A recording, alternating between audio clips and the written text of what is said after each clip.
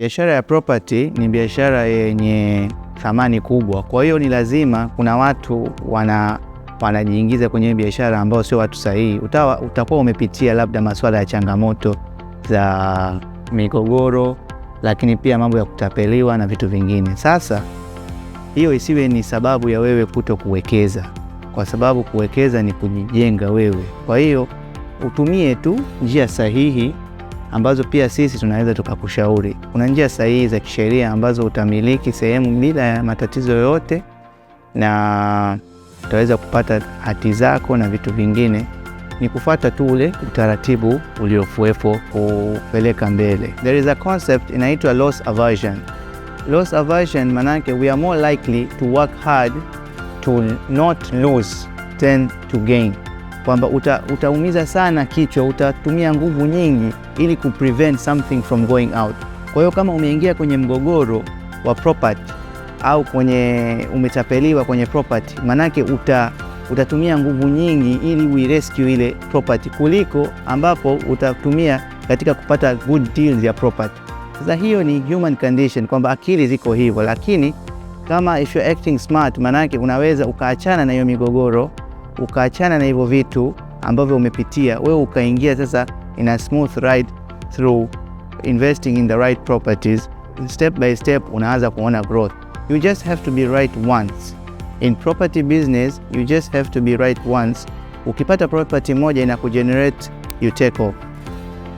You don't have to get engaged kwenye hiyo migogoro na mambo mengine ambayo umeyapitia huko nyuma. Kwa mfano mimi personally namjua, kuna ndugu yangu ana property ambayo alidhulumiwa na watu, baadhi ya watu walikuja wakavamia eneo lake. So for the past 20 years yeye anaenda mahakamani na kurudi kwenye issue hiyo ya property. Badala yake yeye, I'm sure, kwa sababu najua income stream zake na vitu vingine, angefocus kwenye kununua property zingine, he would have been a big property tycoon. Lakini leo hana property yoyote na analalamika kuhusu hiyo property yake moja ambayo alidhulumiwa 20 years ago, ambayo anahangaika nayo mpaka leo. Kwa what I'm saying is we should not be loss averse. Ukiona kuna vitu umepitia in the past, wewe unaweza ukaviweka pembeni, focus on what you can build now. Sasa mwanzo mgumu katika biashara au sehemu yote, mwanzo unakuwa mgumu. Mimi personally nilivyokuwa nataka kuanza kuwekeza kwenye property, kwa hapa Dar es Salaam tuseme nimeanza at a very young age, kwa hiyo it was like automatic. Lakini when I started investing in Dubai for example, kule nilikutana na hawa watu wanaitwa Damak. So I was very hesitant, like wale brokers walikuwa wanajaribu kuni insist ninunue, lakini I was very hesitant, calculative. Yani nilikuwa niko worried kwamba okay, naingiza pesa yangu hard earned, will it work? I don't know these people personally and all that. Lakini the portfolio has already been built now. So it's similar to your case. Maybe you have not been in property investment before. This is your first time, or you had been and you faced problems.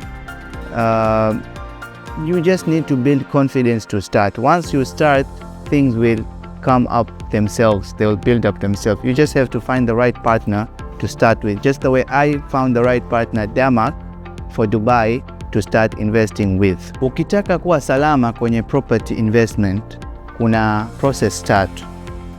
Kwanza unatakiwa ufanye due diligence, kwamba huyo seller anayekuuzia, je, ni mmiliki sahihi?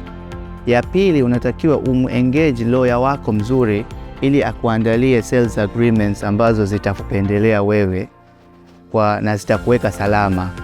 Na process ya tatu ni ile transfer process na kukabidhiwa hati. Kwa hiyo unapoanza kuengage katika mauziano, unatakiwa umuombe yule seller akupe document zake, copy. Unachukua zile copy, unafanya official search ardhi. Ukisha kupata ile official search, many people they end up here kwamba okay, amepata official search document, anaona jina ni mtu fulani, anakuwa ameridhika. Lakini that's not the end. Unatakiwa pia umuengage either lawyer au mwenyewe, kama una contract, uangalie ardhi, je, huyu ownership alipata kwa njia gani? Uangalie zile cross check kwamba ownership alipata kwa njia sahihi ili wewe wakati unanunua hakutatokea na mtu mwingine ambaye atakuletea matatizo. Kwa hiyo ni official search na to check ile file ya yule anayekuuzia kwamba kuna vitu vyote viko salama.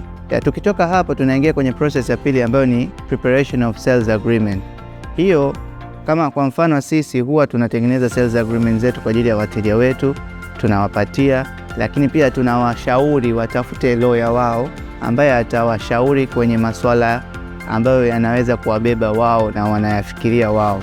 Kwa hiyo umwengage lawyer wako ili yeye atoe mapendekezo ambayo yatakuweka wewe pia salama zaidi, ili ile agreement inayotoka final inakuwa in the best interest yako wewe pia. Hatua ya mwisho ni ile uhamisho wa jina kutoka kwa seller kuja kwako. Hapo kuna form za transfer ambazo utajaza au na yeye atajaza, mtazisubmit ardhi pamoja na ile hati original ambayo seller anakupa wewe. Sasa ardhi unaenda wewe sasa kama baya kuichukua ile hati. Ile hati inakuwa ni mali yako wewe, inatakiwa ibaki kwako, na ile ndio inakupa umiliki. Ushikaji wa hati ni umiliki pia, kwamba huwezi ukawa unamiliki property alafu hati ipo kwa mtu fulani, haiwezekani. Natakiwa wewe kama mmiliki wa property, either iwe property nzima kama kiwanja au iwe unit title ya apartment, lakini ile title inatakiwa iwe kwako. Ile ndo security yako wewe. Usimpe mtu, usimwazime, usiweke kwa mtu. Inatakiwa ibaki kwako, ndo ownership yako. Karibuni sana, sisi ndo Mkuyu Africa. Kupitia kampeni yetu ya Miliki Mali tunawawezesha watu wa kawaida kumiliki property kwa bei nafuu na kwa mfumo wa malipo rafiki. Karibuni sana.